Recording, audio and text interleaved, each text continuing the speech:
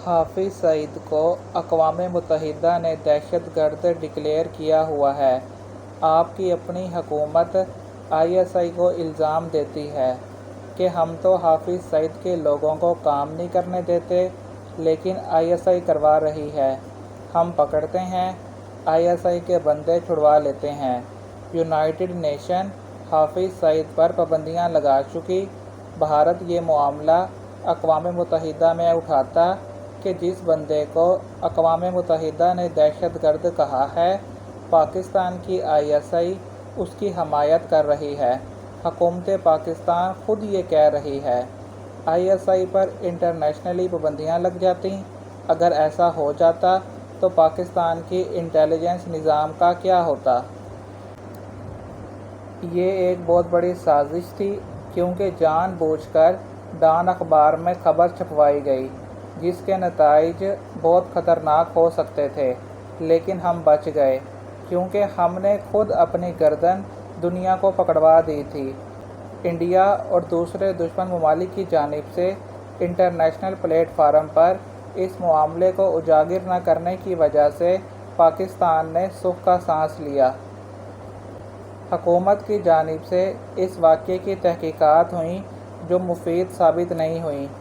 उसकी बुनियादी वजह यह है, जिस चीज़ में वज़ीर-ए-आज़म की बेटी और करीबी मुलव्विस हों, उस हवाले से क्या तहकीकात हो सकती थीं। जनरल राहील शरीफ पर इल्ज़ाम नहीं कि उन्होंने हुकूमत के ख़िलाफ़ कोई काम किया।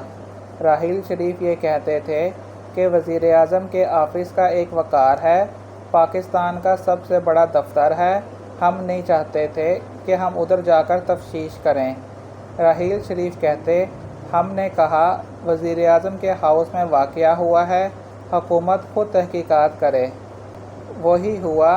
फिर हुकूमत ने एक कमेटी बनाई, उसने परवेज़ रशीद और तारिक फ़ातमी को कसूरवार ठहराया, जबकि मरीम नवाज़ का नाम ही नहीं आने दिया। फिर ISPR की एक ट्वीट आई, हुकूमती कमेटी की तहकीकात पर रिजेक्ट का लफ्ज़ इस्तेमाल किया गया। फिर राहील शरीफ रिटायर हो गए, नए आर्मी चीफ कमर जवेद बाजवा बन गए। कमर जवेद बाजवा ये कहते थे कि कमेटी ने जिन लोगों को कसूरवार ठहराया, हुकूमत उनके ख़िलाफ़ एक्शन ले। फिर इसहाक डार का नाम सामने आता है कि उन्होंने कमर जवेद बाजवा को कहा कि हमने एक्शन कर दिया है, अब आप खामोश रहें। बस फिर किसी शख्स को किसी भी किस्म की कोई सज़ा नहीं मिली और बात आई गई हो गई। डॉन लीक्स एक प्लांटेड स्टोरी थी, जिसके पीछे मरीम नवाज़ और बाकी लोग शामिल थे। इसको एक साजिश के तौर पर देखा गया। अखबार और हुकूमत ऐसे पेश करते रहे और अभी भी ऐसा ही पेश करते हैं जैसे ये कोई मसला ही नहीं है। डॉन अखबार का मौक़िफ़ है, आर्मी की सारी गलती थी, सारी कहानी बनाकर चलाई गई, क्योंकि राहील शरीफ एक्सटेंशन लेना चाहते थे। इसी वजह से डॉन लीक्स खड़ा किया गया।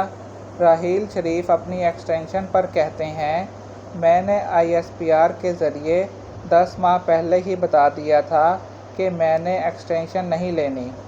डॉन लीक्स के बाद अखबारात को यूनिट में बंद किया गया ताकि अखबार जवानों तक ना पहुँचे।